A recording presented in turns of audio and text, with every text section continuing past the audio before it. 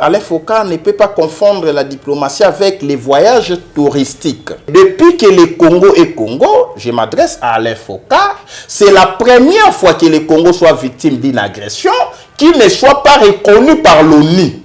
On n'a jamais connu une diplomatie aussi idiote et inconséquente déploiement à force régionale. C'est une bêtise diplomatique, c'est une bêtise militaire, c'est une bêtise électorale. C'est une malédiction. On n'a jamais vu un gouvernement à brader les ressources naturelles à contrepartie un carnet d'adresse. Biselele a communiqué en faveur de Kagame. Biselele a accusé publiquement M. Tshilombo devant l'opinion tant nationale qu'internationale. Les intérêts obscurs, il y a un ngamba Rwanda te. Kagame, ceux qui a accédé à la matière première, il y a li buzoba na biso. Il y a qui na carnet d'adresse, à un autre côté. Allez, mon papa zoyat. Les 31. Ouais. Donc c'est Kagame. Allez, il y a Ziwolo, bino bozu visite à pape. Les contacts diplomatiques, il y a Kagame, ou a un carnet d'adresse. Et desservir République, mais c'est Tshilombo a vendu la République au diable. C'est un crime de haute trahison. Et pour ça, tu as Tshilombo te. Zamba pesi miso kasho monate. Zamba pesi monsieur Tshilombo matoi kashazo yokate. Zamba pesi cerveau kashako sayela yangote. Apesi masse oyiko bangisa moto kasilembele. Il est la contradiction de soi-même. Toujours le baba tu vas comprendre que mboka ya Congo bateki ngona na nzela ya mibeko. Et ali complot international, mais c'est Tshilombo a eu le deuxième mandat. Au ça élection à son tampon, là on contrôlé. Ici mais c'est Tshilombo a balkanisé le Congo. Toko benga na zone tampon, le peuple main nue, main vide est plus puissant qu'une bombe atomique. Et assez a facilité chute ya Goma. Pour imposer dialogue na Kinshasa, bako chassou M23 na armée na la police, moko ba ko me belé ata 100 000. Nde bako déclencher guerre sur toute l'étendue de la République. Congo na schéma na on aller 4 ans na 5 états. Tshilombo il faut les bouter dehors cette année ou jamais. Moto na moto azote kamboka na domaine na ye. Comment la loi dite foncière, la loi Bakajika, à l'obi, les sols et les sous-sols appartiennent à l'État congolais. La constitution d'occupation du 18 février 2006 et faire sauter les principes constitutionnels historiquement acquis selon lesquels Mabele n'a à Mabele ali à Congo. Déjà, haute trahison constitutionnelle. Problème de à la logique ou à statocidaire. Et si comme paya, azwa mabele, azwa bektar, azwa asala bilanga, asala milona, atonga bandako, balobi koleki sa 25 ans te, yalobi non à 9 ans. Ok, ndokite, tokos lamuka 100 ans après, mabele nyonso ya Congo bapaya basombi ekomi ya bango, loi ya bêtise légale. Nani aou déjà ministre Nabino Bido, mon quoi les kakawa, a salé de arrêter, ba créer lotissement Denise Nyakero. Ba créer 5000 parcelles. Ba pesa en banane. Ce sont les Rwandais. Maintenant, nangambo ya ba français, ba américain, ba belge, ba libanais, ba indo-pakistanais, ba indien, ba chinois, ba on va envahir les villes. Finalement, nous allons perdre et les terres coutumières et les terres urbaines.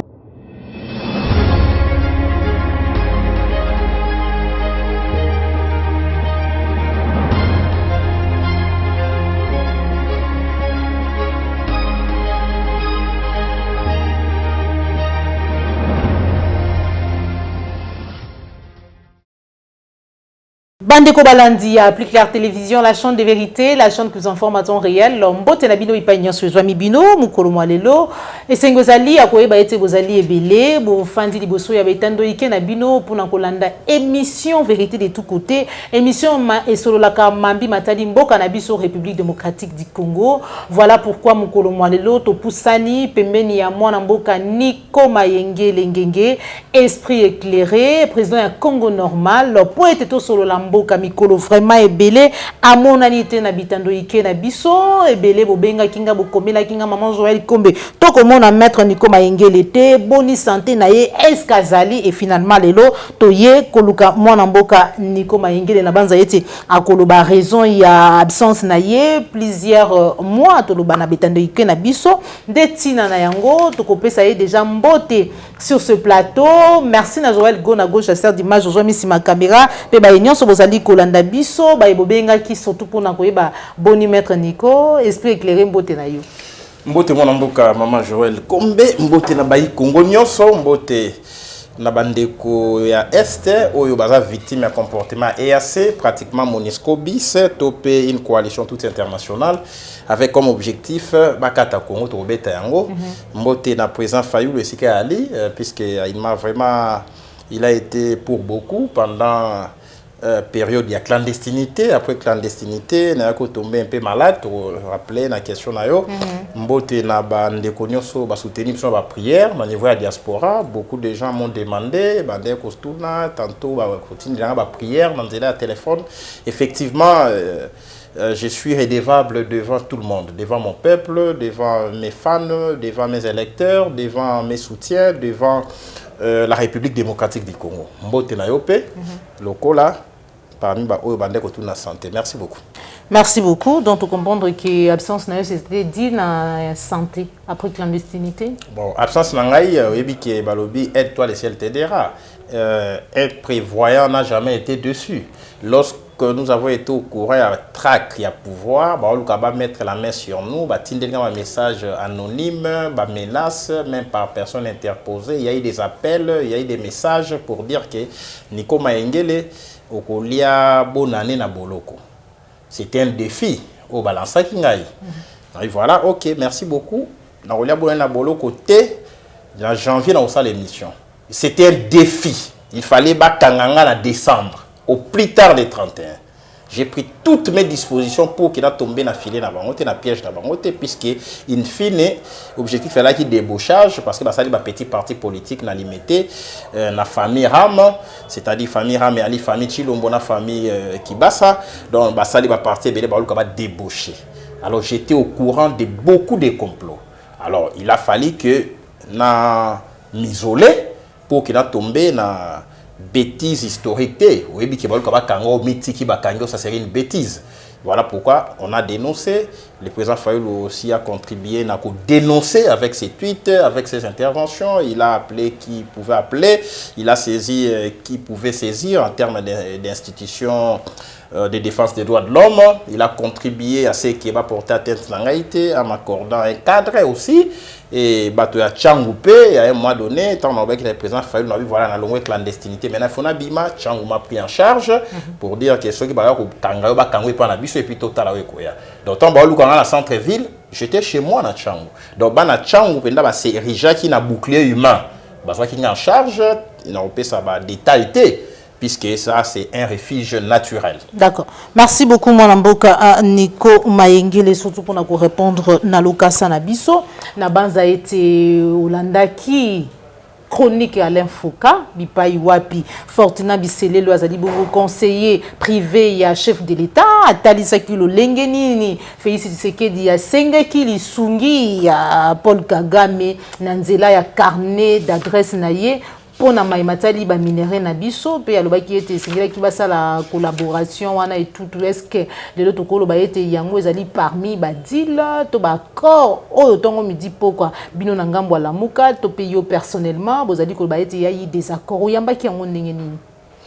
Ah, Alain Foka, c'est un homme respectueux, respecté et respectable.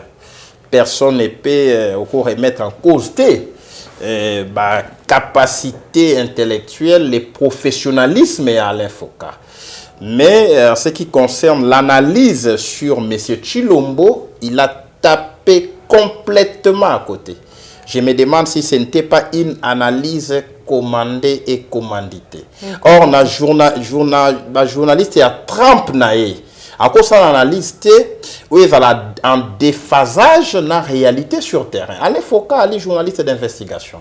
Amuto a quitté dans l'Est, on a démontré comment bradage à minéraux, ça les manas, site, tout ça. Mobutu, c'est un grand diplomate que le pays n'est jamais connu. Mon diplomatie est un contenant, un contenu. Alain Foka a analysé contenu, les discours, les messages diplomatiques à M. Tshilombo et les résultats. Les contenants, c'est-à-dire les cadres par lesquels cette diplomatie a été exercée. Vous comprendrez que ce qui est la diplomatie, il y a M. Tshilombo, ce n'est pas à confondre avec, Alain Foka ne peut pas confondre la diplomatie avec les voyages touristiques. La diplomatie, ce n'est pas le tourisme diplomatique, ce n'est pas le tourisme politique, ce n'est pas le fait d'avoir beaucoup voyagé à travers le monde.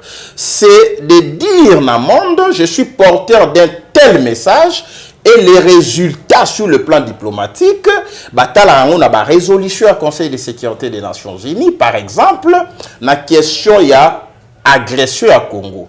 Si vous faites une diplomatie réussie, et quoi aboutir à la résolution matérialisant, reconnaissant l'agression du pays. Là, on va parler d'une victoire diplomatique.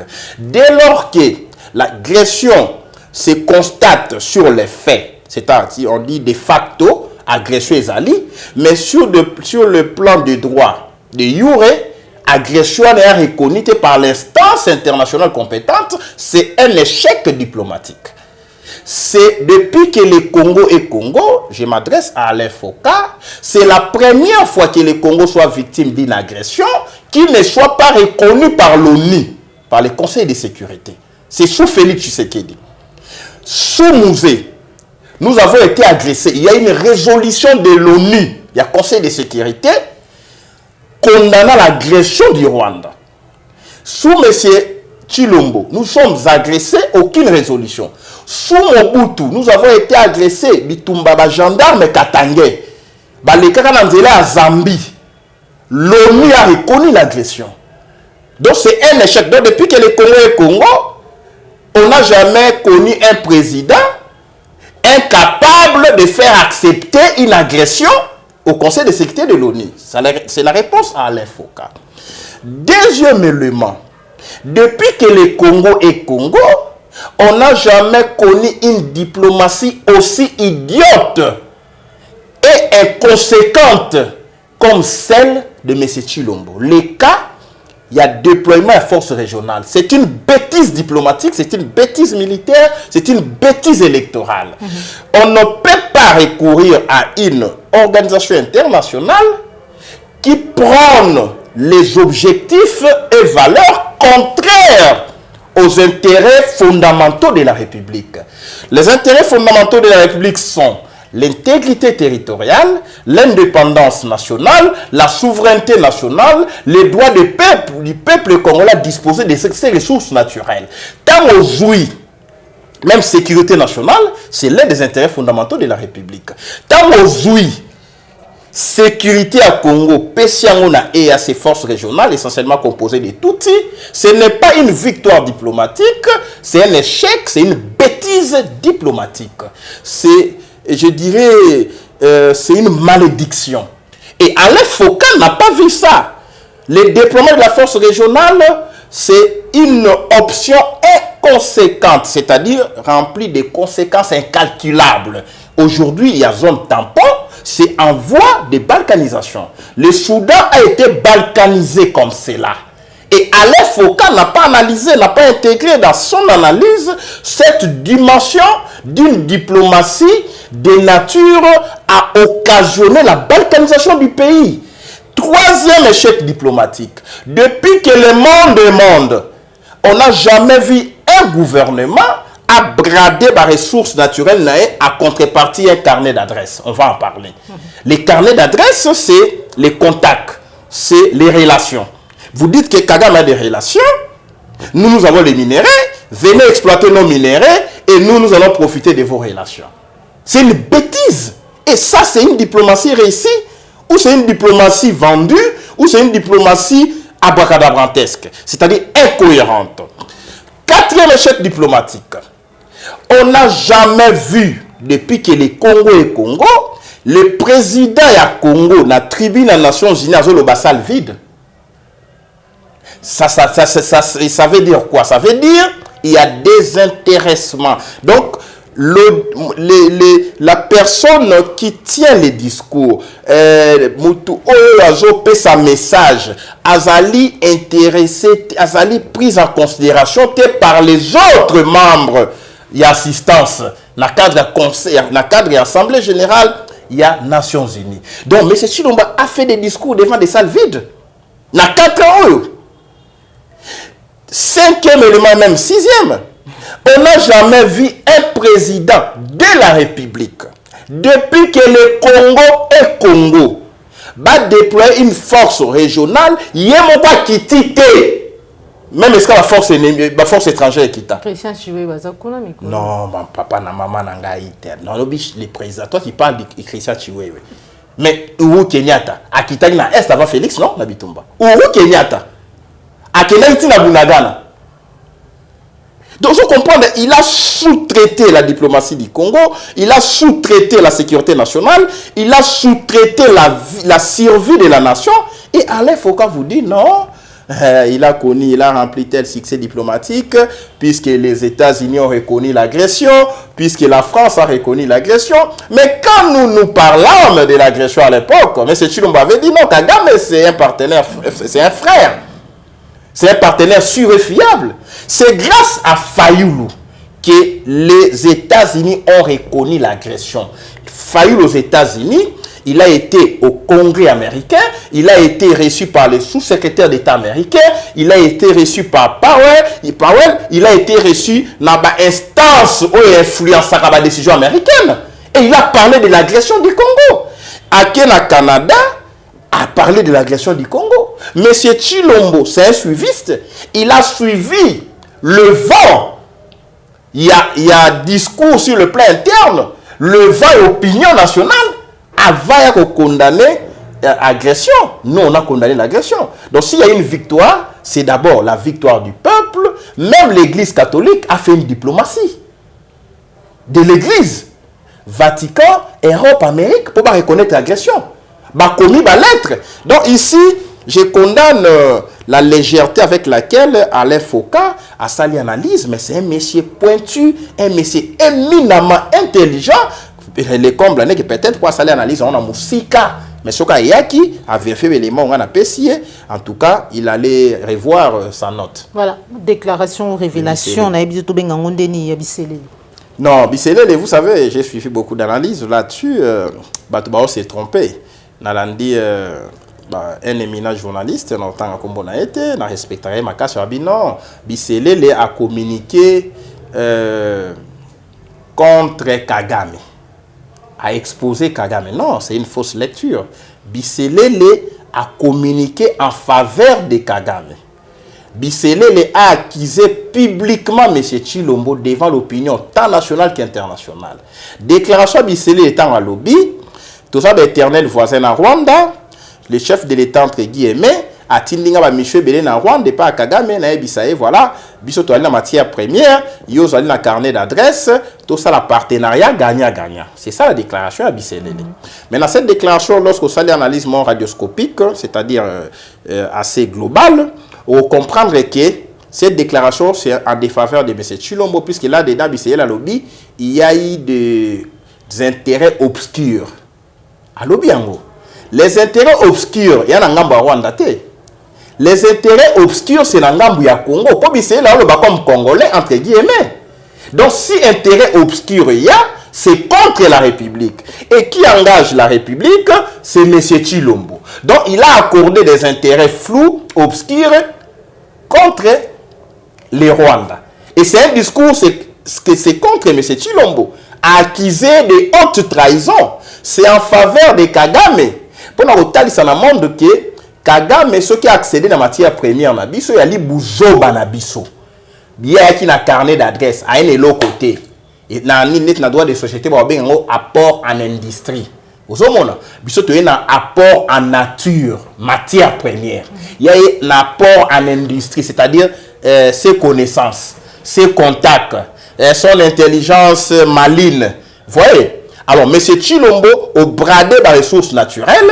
En contrepartie, il y a carnet d'adresse. Maintenant, Kagame va se servir de cette déclaration de Biselele sur le plan international pour dire, écoutez, mais conseiller privé à Tshilombo Lobinine, tout ça là qui va accord na M. Tshilombo, après ça qui a accès na mine, donc bah coltan. Or, on a raffiné na Rwanda, mouta autorisant là ya M. Tshilombo pour la permettre à ça la 250 voyages, parce que dans nos yeux bah contact ya voyage. Avant qu'il ne coûte la Rwanda il y a Angleterre, reine Angleterre, donc Kagame a sali contact, c'est ça les carnets d'adresse. Vous savez là. Maintenant, Tshilombo, Kende reine Elisabeth, c'est là le 30 avril. Allez, a vu avion. Ok. Kagame Koto en contrepartie, a vu or. Et kuna Sarkozy, Macron, il faut yambayo. On a vu déjà ma contact, na bongisi, tu as arrangé, tu as arrêté déjà date. Yo soit kak avion. Allez, tant il y a vu avion, Kagame a vu wolo. C'est ça, déclaration ya Biselele, topé sangonzoto.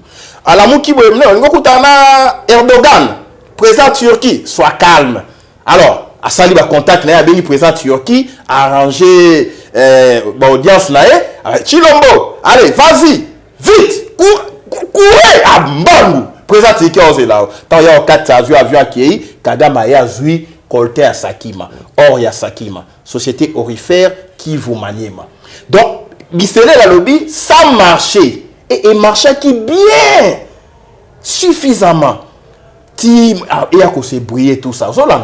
Donc, pourquoi baby? Parce que ton biso to lobby, non. Tshilombo sale accord na Kagame. Bazo exploiter or ya Sakima. Peuple à qui va bando telema. Ozomona, biso ne to baby si masolo na bango. Nde Satan ayo côté la Kagame na Tshilombo tant usiko Kagame da bourse parce que les matières premières au Kagame ayiba na Congo a stocké quand on mboka na e andako koteka yango te. Ils ont sanctionné le processus ya Kimberley. C'est-à-dire les diamants issus du sang, ils ont commerciables et ali cotables dans la bourse internationale. On a dit maman puisque les matières premières sont cotées dans la bourse. Quand vous êtes importateur ou exportateur en matières premières, monsieur Kagame a exporté ma matière où ils ont mabélé na été. Mais il faut justifier yango au sombi yango wapi ali producteur ya coltante. Le ko na ndozo on na Moibi na bitumba CNDP, M23, RCD Goma, AFDEL. Ozolanda a sala ki ba réserve ya or, ya coltan, ya ba cassiterite, ya ba matière na biso. Maintenant mais c'est Tshilombo va passer cadre légal, cadre juridique. La convention bilatérale Rwanda-RDC sur la raffinerie de l'or et l'exploitation de l'or congolais. Maintenant, Kagame sur le plan international, alors bien voilà, t'as la accord signaki. Or, on a joué dans le marché international et à issue du santé, je suis exploitant officiel. Au Solanda, il y a Congo. En contrepartie, on a la seule avocat Moussala et contact diplomatique. On a pape. Allez, mon papa Zoyat, les 31. Ouais. Donc c'est Kagame. Donc il y a sa ligne, sa bongi signoso. Allez, il y a Ziwolo, bino vozi visite à pape. Au colocaté. Donc, vous comprenez que les contacts diplomatiques il y a Kagame, au abeli carnet d'adresse, et desservir République parce que ici, tant que M. Tshilombo a voyagé 265 voyages, ce qui a un carnet d'adresse T, a Sabiso, carnet d'adresse à utiliser pour la 250 voyages et où pas à Kagame. Mais là, desservir Biso à exploiter Biso à côté si Rwanda dans Congo, à côté de la police à Rwanda dans Congo, tina force régionale Kagame Azali. Vous comprenez que ici, M. Tshilombo a vendu la République au diable. Il a vendu les intérêts fondamentaux de la République. C'est un crime de haute trahison. Et pour ça, tu as Tshilombo. Donc, grâce à Biselele, la déclaration là, Biselele est ali complice majeur, ali acteur, ali co-acteur. Bangonde bando qui n'est pas à Rwanda, ba bradé minéré na biso. Et cette déclaration Biselele, ils ont corroboré la déclaration à Bilomba, Marcelin Bilomba. Alors baki Rwanda c'est un état organisé, Rwanda c'est une organisation, biso dans la matière première, Rwanda c'est une expertise, biso matière première. Donc on a là bilomba immatériel, ba mon raté. Organisation à Rwanda, biso pèse matière première organisation. Donc vous comprenez que ça, c'est un crime de haute trahison, c'est un aveu de culpabilité, c'est un aveu de haute trahison nous devons documenter tout ça et appeler notre peuple à sortir dans la rue pour chasser ces braqueurs de la République. Ils ont braqué les minéraux du pays, ils ont braqué les finances du pays. Ce sont des anarcheurs. Il faut vraiment les traiter comme tels, des prédateurs. Voilà pourquoi, comme tu as l'année électorale 2023, et comment vous allez le comportement est assez certain, vous allez analyser parce que déjà, ça qui était bango comme zone tampon, alors que la localité, le territoire, M23 azali kozwa akotikelaka yango EAC alors que na bisika o EAC azali mapinga na biso to pe FARDC bakoki kokoma bisika wana te. Mais c'est une malédiction pour ces pays. Il fallait abota matana ba île Vierge, abota matana ba Mauritanie qui a abota na Congo. Nzamba pesi miso kasi o monate. Nzamba pesi monsieur Chilombo matoi kasi azo yokate. Nzamba pesi cerveau kasi ko sayela yango te. Apesi monoko kasi oloba maloba ya mabe. Apesi masse oyo kiko bangisa moto kasi lembele. Donc il est la contradiction de soi-même. Comment okiko mboko maintenant on a EAC objectif moko na charte ya EAC à libasa la fédération politique, c'est-à-dire un état africain. Toko Mabiso Congo, un état fédéré, Rwanda état fédéré, Ouganda état fédéré, Burundi état fédéré, Tanzanie, Kenya na bapaya mususu ya batuti Afrika.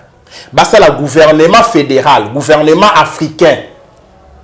Et chaque état membre EAC a une autonomie de gestion nae, kasi les grandes décisions c'est le gouvernement fédéral. Yango kati Chilombo lobi bobunda pona bitenya mabele te mboka na biso komi monene et ya sene mboka na biso. À partir de la déclaration là c'était un message arrêtable, condamnable. Mais toujours loba peuple a joué au kate. Toujours loba bato ba ko comprendre te que mboka ya Congo ba te yango na nzela ya mibeko. Moi je suis expert na droit, na tanga kaka droit. Depuis 2005 na bima université, ti lelo mama na tanga kaka droit. Na appliquera la droit na tribunal na za différent na ba tchekoulé na ba braquer ya république o bazo que loyiba yiba ba mbongo na ya l'état na différent na ba to ide peso ba sans était tout le temps. Maman, je passe tout mon temps à la lecture. Tant on a tenu charte. Il y a EAC. Tu as dit si monsieur Chilombo tala si mazonga moté loko yo objectif ya liba créer union monétaire mbango ya Congo ko za sous na valeur te ba osala monnaie moko pour l'Afrique de l'Est nyonso ba sali territoire moko pour l'Afrique de l'Est nyonso ba ko changer carte géographique to ko koma état africain na batoana to za sous na besoin nationalité te parce que on va détruire les barrières, on va détruire les nationalités au Rwanda. Au-delà de Kinshasa, ok, Rwanda va contrôler les documents dans l'OT. Rwanda continue à Congo va contrôler les documents dans l'OT, la EAC. Et à l'Ingengwangwa. Bah, ça la union douanière. Tout comme la douane moko, bah, tarif tarifaire, barrière tarifaire, bah, taxe na la frontière aux ala sous té qui au fouti na Rwanda, au fouti pe na Congo. So fouti na Rwanda et Sili. So fouti na Kenya et Sili. Au Rwanda. Au côté si bilo qu'on a Congo. Mais na Congo tu as ba porté. Tu as ba aéroport internationaux viable té. Tu as ba hub té. Yango mo na Kenya ba tongi ba hub. Na Rwanda ba otonga hub. Na Uganda ba na port ya Entebbe. Ozolanda. Siko ba port nyonso wana ba to ba lokita na ba pays wana. Ba kotisi ba futi douane na ba mboka wana ya état EAC ba katisi na na Congo na état mosusu EAC moye ba futa douane mbala mibale et alité. Ba benyango interdiction, il y a principe, il y a double imposition. Au Rwanda, il y a bien autant tanga na kelasi. Donc ba géraka mboka te ko vimba na vimbana. Ba géraka mboka te na ko lata bilamba ya talo. Ba géraka mboka te na ba Rolex, on lati Rolex no tambola. Non, ça c'est pas la gestion. Ba géraka mboka te na biloba loba. Ba géraka mboka na intelligence politique, intelligence économique, intelligence stratégique, intelligence juridique, intelligence les autres et d'autres conduire. Si on kamoli bongo te, bato mosu ba ko kamola bongo, ba bimisi ozoba. Ozolanda. Nde EAC. Ba bimisi donc biso ba congolais, ba on a biso na monde, on est to boy. Ato là, il y a on a 2023, non là ta sous veste te. Je suis sérieux. Parce qu'on a ta veste au tambola, on se moque de nous. Babi regardez ces Congolais, bato pamba bateki mboka na bango, na ba toute union sur la région. Comment mboka lokola Sud-Soudan, la crise sécuritaire aiguë, le plus jeune État dans le monde, c'est le Sud-Soudan. L'État le plus déstabilisé, Sud-Soudan. Insécurisé, Sud-Soudan. Baya ba stabiliser biso, baya ba sécuriser biso. 700 militaires sud-soudanais. Majorité de violeurs. Les anciens rebelles. Et vous dites qu'au Congo, vous avez des gens qui gouvernent. Vous avez un président, maintenant vous là, vous avez un président. Bino. Parce que vous avez un président. Donc, EAC est allé complot international, mais c'est Chilombo a eu un deuxième mandat. EAC n'est pas zone tampon. Au petit exemple, mais Nini, constate bien. Ma belle M23 autres qui l'ont des militaires étrangers, FRDC basate. Vous entendez? Puisque FRDC basate dans la zone tampon. Zone tampon la Xini. Congo etikali État, côté M23 c'est déjà État, na kati terrain neutre. C'est ça la zone tampon. Ba bien terrain neutre. Bino bozala la zone tampon te bango pe bozala te, c'est-à-dire maintenant deux États séparés. C'est la balkanisation physique. Tokolo bango ndenge nini. Siko na zone tampon. Boko sa élection en zone tampon, là on contrôle. FRDC azate, la police est athée, laissez-vous comprendre. Donc ici, M. Chilombo a balkanisé le Congo. A motomoko, le Congo lobby que non, on a un démocrate, on a une élection qui est dans la piège. Soit c'est élection au Bengani, soit c'est élection au Bengani. Donc, ils sont au Bimi, fait stratège. Parce que ici, il faut Mandouki. Mais zone tampon va créer. Attendez, ça c'est mon côté. Il y a un passage, il faut Mandouki. La zone tampon, le peuple main nue, main vide, est plus puissant qu'une bombe atomique. Ok, la Est, tu peux si mot d'ordre. Maintenant, les manifestations vont commencer contre la force EAC. C'est le peuple qui va chasser EAC avec les forces d'autodéfense. Donc, M. Chilombo a trahi. Et regardez, les militaires à EAC, ils ont contribué à ce que les militaires à Congo Bakoufa. Na Kibumba, bato EAC bazo mela masangala bato M23 bako seka ba che musique. Maman, est-ce que bozo mangambo biso toyo ka no bozo ka yango? Ba fandi ngoma ayambi commandant ya Kenya mona kité bazo seka biso. Na EAC Rwanda za. Na force ba déployer. M23 za. EAC a facilité chute ya Goma. Kangelo na ebisio pour imposer dialogue na Kinshasa, ba ko chassou M23 na armée na la police, moko ba ko me belé ata 100 000 na notre armée ko l'armée ko ma 200 000 ba 150 300 000 ba ko za 100 000 ba 70 000. Ndé ba ko déclencher guerre sur toute l'étendue de la République. Congo na schéma na on aller 4 na 5 états. Poto ko faire face na ba indépendance. Ya Katanga, Kasai, Nord Kivu, Sud Kivu, en République du Kivu, République à Volcan, Empire Imatuti. Tout ce qui est l'objectif est EAC créer Empire Imatuti. Avant Yokate. Et bon matin, ce qui peuple a télémi, bateau Est, après on met un terme à ça. Non, monsieur, bon, suivre sous distraction, monsieur Chilombo. Chilombo, il faut le bouter dehors. Cette année ou jamais. Si vous payez 2 ans de transition dans France, je vous mets en garde. Macron, Congo et la France. Arrêtez votre schéma là. Il y a 2 ans de transition, Chilombo a la candidate, on a 2 ans Congo et 4 ans avec la force tampon, avec MONUSCO, idiote. Donc, tous les gens qui font Congo et 4 ans, on 4 tapé, hein? Kambakati, totali. Kambakati totali. Chilombo parle un discours à distraction. Kagame est un criminel. Il a fini Kagame. Non, c'est une distraction. J'étais malade. Dans le moment où na fin de vie, Congolais. Chilombo bébé na Kagame Chilombo bébé ni lokuta maman lokuta. Toi en année électorale. Babé ngango diversion. Aux Hollande. Même le la salle, il y a une diversion. Parce que Congolais, na imaginaire collectif, Rwanda, c'est Nemi Nabiso. Zolanda, Kagame est criminel. Donc, comme une année électorale, il faut pas s'attaquer à Kagame pour pas s'attirer sympathie à peuple. Mais sur le plan, il y a droit, intérêt rwandais, il simbi en côté. Ambassade de Rwanda, il y a kangité. Rwandais, ils ont un yango. Na Est, Kagame a un contrat naé. Ils ont exploité. Na Sakima. Laissez-moi comprendre. Sur le plan discours, Kagame c'est un rétrograde, c'est un criminel. Ce qui a fait qu'il a avancé à cause des gens comme Kagame. Kagame a lobby, il faut gagner quitter. Théâtre de chez nous, on appelle ça la distribution des rôles, la répartition des rôles. Yo jouer rôle tel, on a joué rôle tel, tout distrait à peuple. Laissez-moi comprendre. Ce qu'on a besoin d'esprit éclairé. Tu as les lunettes politiques au Taliban. Tu le maison qu'on s'appelle Azana Kagame. Mais pour gagner sympathie, il faut finir Kagame. Au moment où j'ai une théorie, on a appliqué quand on a papa Bemba Saolona. Pour comprendre ce que j'ai dit. Moussa a eu pouvoir, a vu papa Bemba Saolona, ministre de l'économie. Vous comprenez? Bemba Jean-Pierre Rebelle. Papa Bemba est la TV. Bemba, ça c'est moi en réalité. Rolanda. A fini, a béni la famille.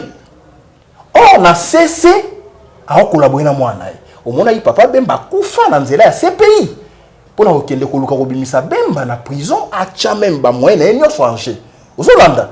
Donc au ko wanga na moi na miso bateau, mais na cessé.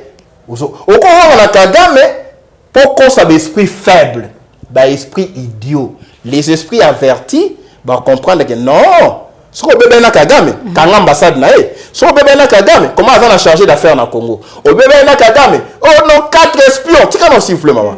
Donc quand il 4 espions, ben il y a bon ma chef de l'État entre guillemets, bazaba rwandais. Oh, na fandi, non mais si on a des espions, bah là ça va on a RTNCT, bah pe ça va on a justice. Voilà d'accord on a gagné.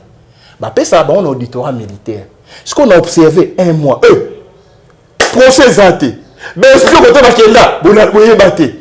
Botala ba espion ngona wenja ngwana pe nyaki ko s'afficher na bango. Bokangi nyaki roté. Na bi distraction publique et massive. Bon ba na laboratoire. Oh ba au distraire peuple en année électorale. Les espions logés, nourris par le pouvoir, arrêtés par le pouvoir, présentés dans la télé par le pouvoir, non jugés par le même pouvoir. Ça s'appelle la théâtralisation de la vie publique au Congo. Bref, quitter la distraction, prendre les messieurs avec son régime en charge, tout bouter dans dehors. Matundu mingi mwana mboka Niko Maengele, tozali kolobela kita mboka, mabele ya Congo. Réforme oyo molendo amemi toloba ete la loi du 20 juillet 1973 mwana mboka Niko Maengele na ngambo Assemblée nationale des jeux yebi mainini makolekana ozali koyamba yango lolenge moto na moto azote kamboka na domaine nae. C'est ça le régime Chilegelou, c'est ça le régime de Chibola Mulumbai, c'est ça le régime Kamulango. C'est ça le régime Macha Moumé. Donc, pour nous dire ça, ok, ils sont allés nationalistes. Comment la loi dite foncière, loi le 20 juillet 1973, on appelle ça la loi foncière, la loi Bakajika.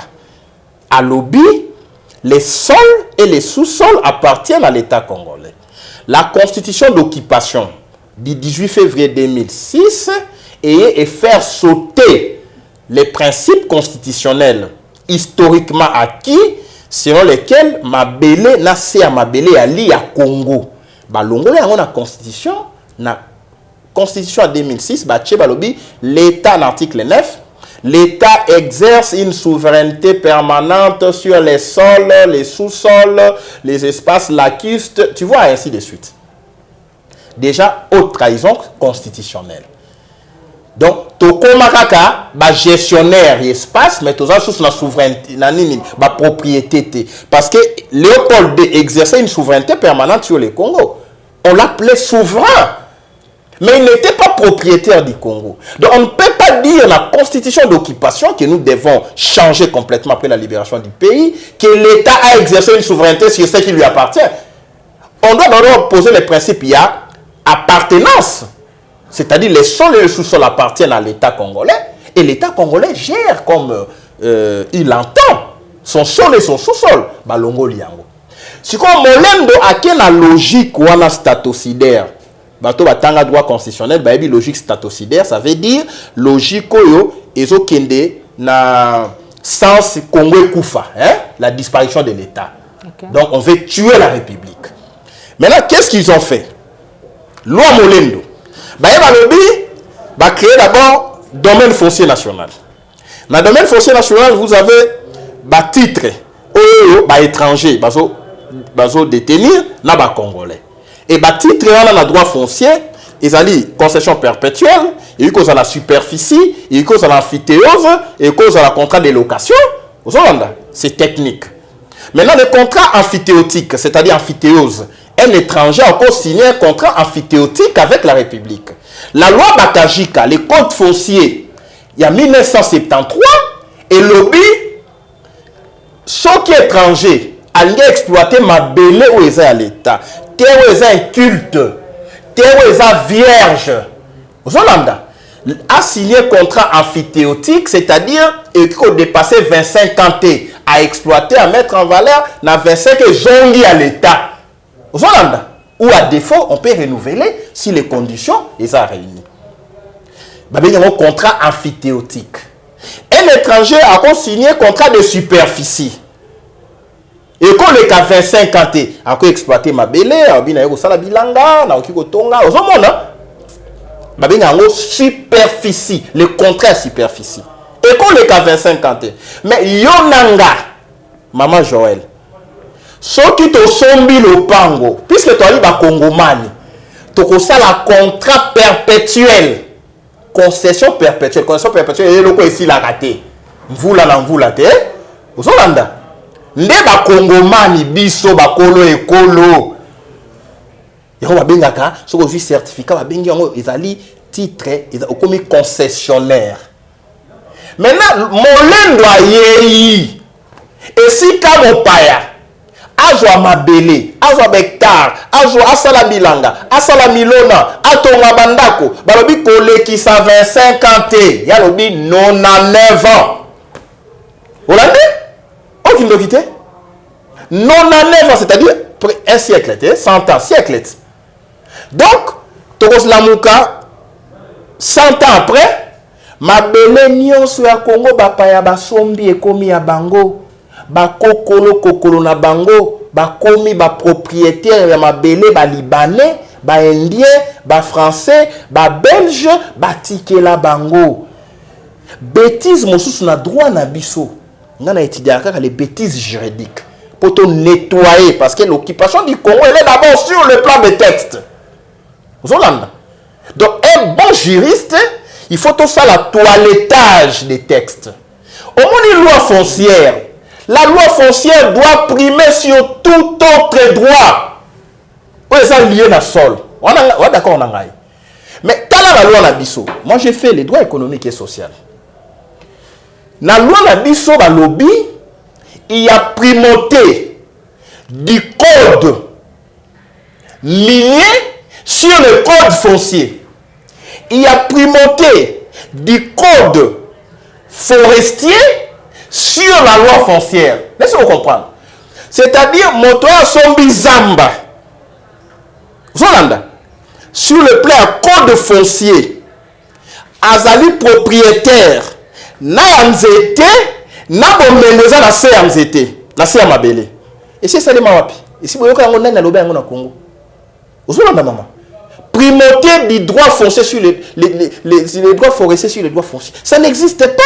Puisque nous étions à l'icône à Mabélé, les fonds.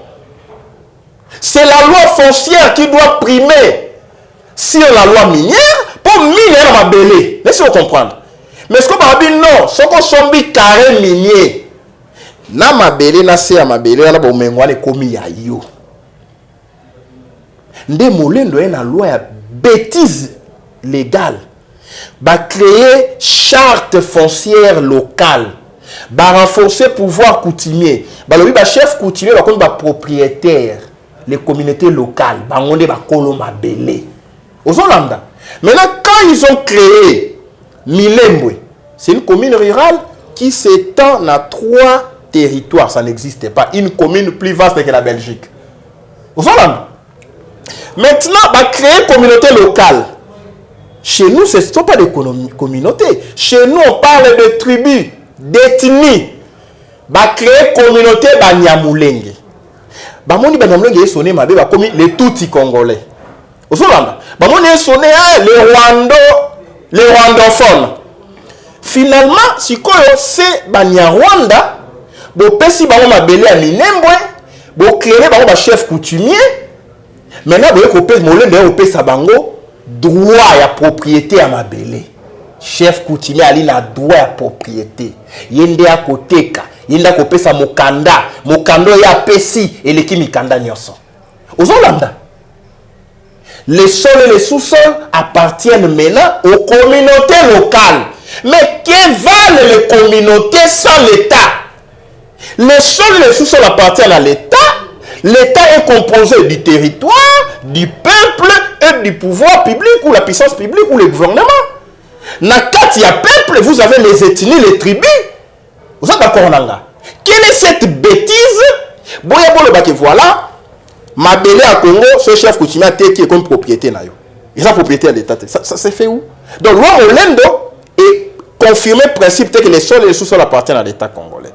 Loi Olendo, basali que ba communauté locale, ba Rwandais, ba Ougandais, ba Burundais, ou ba Zuma babele na Congo, ba comme ba propriétaire ya mabele wana, et puis ba proclamer un jour ce qu'on appelle l'autodétermination, référendum d'autodétermination. Ba lo bake to ali ba ya Rwanda, mabele na biso Nirangongo.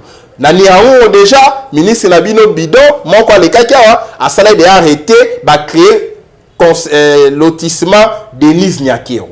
Ba créer 5000 parcelles. Ce sont les Rwandais. Nirangongo et Rokomanango mabele à Rwanda. Rutshuru mabele à Rwanda. Masisi mabele à Rwanda. Minembwe mabele à Rwanda. Loi payée et renforcée position à l'occupant. Il y a des étrangers. Maintenant, là, c'est sur le plan, il y a des Congolais d'origine. Alors que ce sont les occupants d'origine. Ce sont les étrangers d'origine rwandaise, ougandaise, burundaise. Pour renforcer le pouvoir na bango, na loi oyo, balobi réforme foncière, mais en réalité, ça réforme était et ali expropriation, ya mabele na biso. Maintenant, aucun ngambo ya ba libanais, ba étranger, ba français, ba belge, ba to ba étranger. Pour toi, on a deux types ya bato. Bato yo ba envahir biso, ba Rwanda, ba Ougandais, ba mi-bengi ba Congolais d'origine, ba définir nationalité à partir de 1960. Congo n'est pas né en 1960. Non, comme un ouvrage, les droits congolais de la nationalité. De 1985 à nos jours. Aux Hollandais, maman. Ba déjà, ba tronqué loi.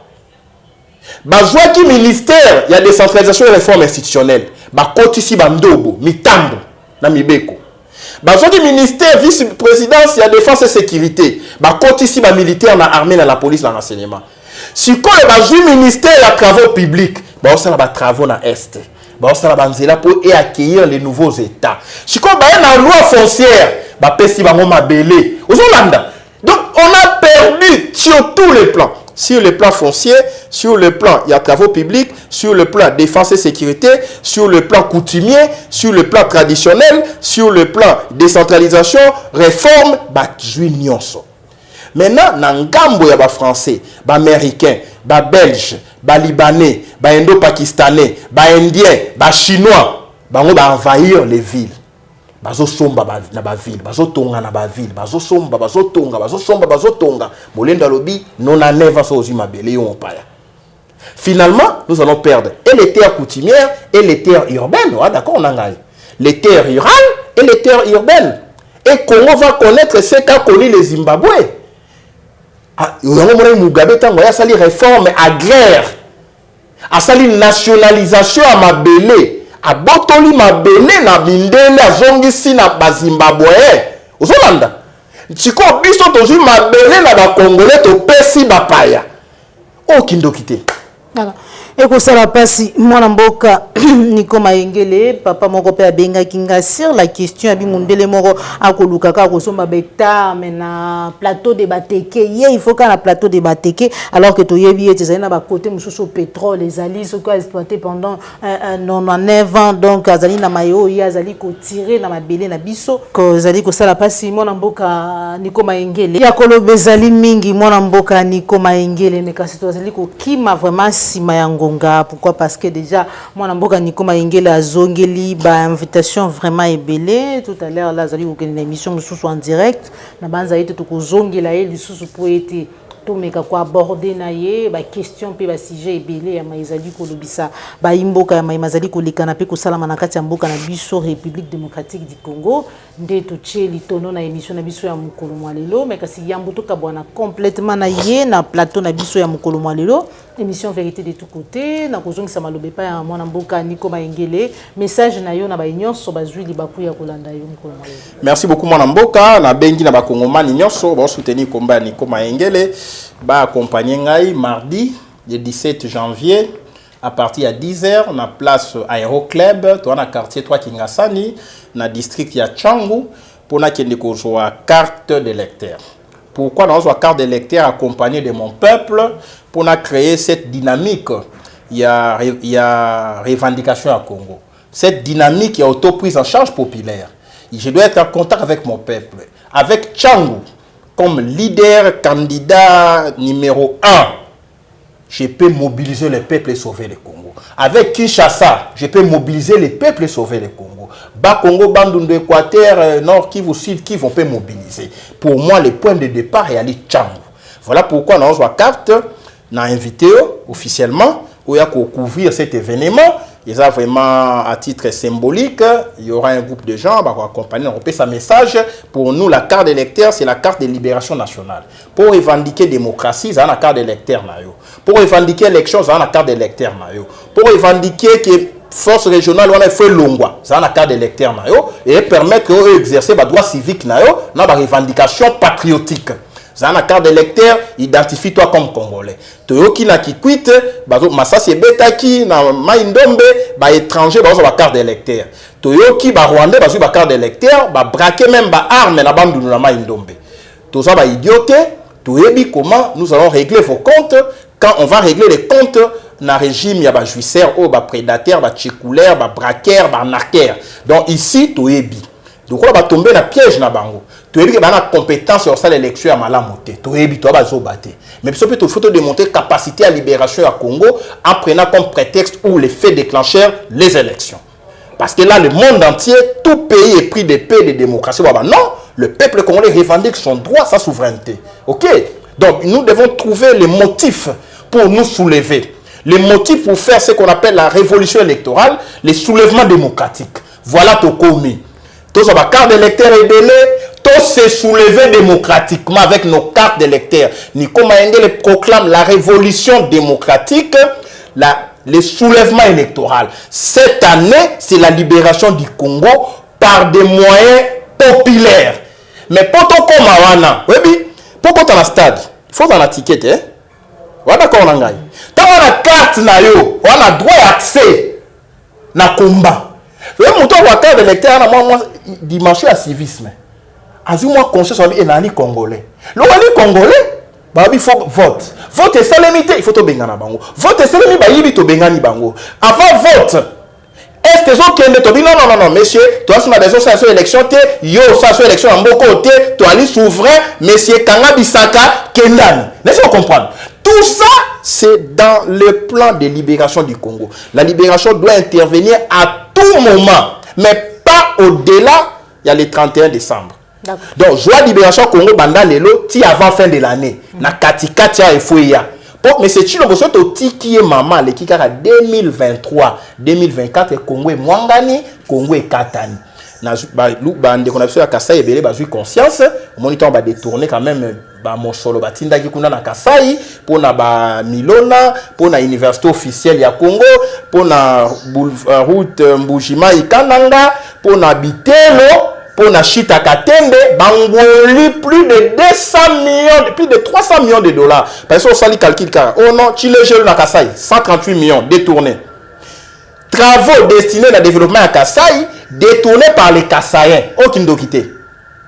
Université officielle, Yamboujimaï, 42 millions de dollars. Ben, il y a Harvard, Sorbonne, Hambourg, n'habitez pas Nini.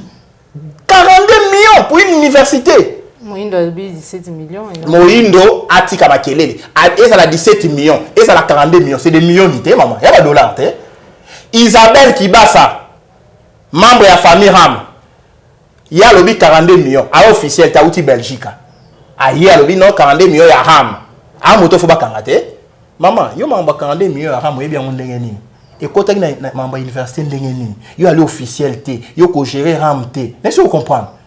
Alors bani té, il y a un ministre pétentique, ngai na bala na famille présidentielle, mobile na ngai Tshisekedi, il y a un ngai Kibasa, mambo ya Ram na ebi yango, basi faut osambisa, n'est-ce que vous comprenez? Donc bato ba détourner mbongo na bango. Mbongo pour na développement ya Kasai. Et bon mbongo bandundu de batika ngo, développement bandundu. Et bon mbongo ba otinda na Kasai, dani na Katanga. Ba otika ngo, de on les braqueurs. Ils ont braqué la République. Autant qu'on vous braque. On même les finances du pays tiennent à Bokoboé. Bando vota. Banque centrale de Tchèque à Bokoboé. Ils ont braqué la République. Mabela Kongo Tchéboué. Bako Kata Mabele. Si ils sont photo considérés les braqueurs. Voilà pourquoi tout le monde doit m'accompagner. Na Tchangou le 17 janvier, na 10h na Okita, na une carte d'électeur pour naïb sa peuple, c'est le pouvoir des revendications, c'est le pouvoir de libération, c'est le pouvoir exiger des parts à M. Chilombo à tout moment. Merci beaucoup, mon amboka. La principale numéro, on a bateau à 5 numéro pour naïb sa banga bangote. Ça c'est l'année électorale. Bafwa, bachala, to zongi pour nato bengana les incompétents, les médiocres. Et puis bako kende. Bon, chaque inzoto molimote. Bon, continuer comme ça la pratique qui peut énuire santé, mais nous allons continuer à survivre. Vous comprenez, maman? Voilà pourquoi on a payé numéro on a oyangai. Parce que nous n'avons pas de numéro pour on va faire la menace, ça va un numéro. Donc plus 243 84 84 86 177. Plus 243 84 84 86 177. Merci beaucoup. Merci beaucoup. Moi, Namboka Nico Maïngue, le président Congo normal, on a bien un esprit éclairé pour nous passer sur mon yo. Merci Albertine, ma papa osé depuis Allemagne, papa Youssouf depuis Australie, Benga Kinga moi Namboka Nico Maïngue. Papa Youssouf. C'est ma nature. Accepter ça comme ça. Tout le monde va moutonter. Je suis un lion. Ngapena lobaka malembe mama Joël lobaka malakasi ceux qui na bandi ko ganga omona suka na okita pona lobaka malembe. Merci beaucoup mais kasi to sala effort pour être lobaka makasi pour être boyoka kabiso malamu mingi. Merci na Jean Bembe West, merci na Félix Mbatika depuis Londres, merci na monsieur Coucou depuis Belgique, papa Lorambo pe papa Laurent Bongonza nde to kutani bongo mbala sima soki nkolo abateli biso. Merci na Cordon pe mafuku pe na popola yombe. Merci na ba nyonso bozali kolanda biso awa na Ngomba Kinshasa, la République démocratique du Congo en général, Pena Libanda Yamboka. Au revoir.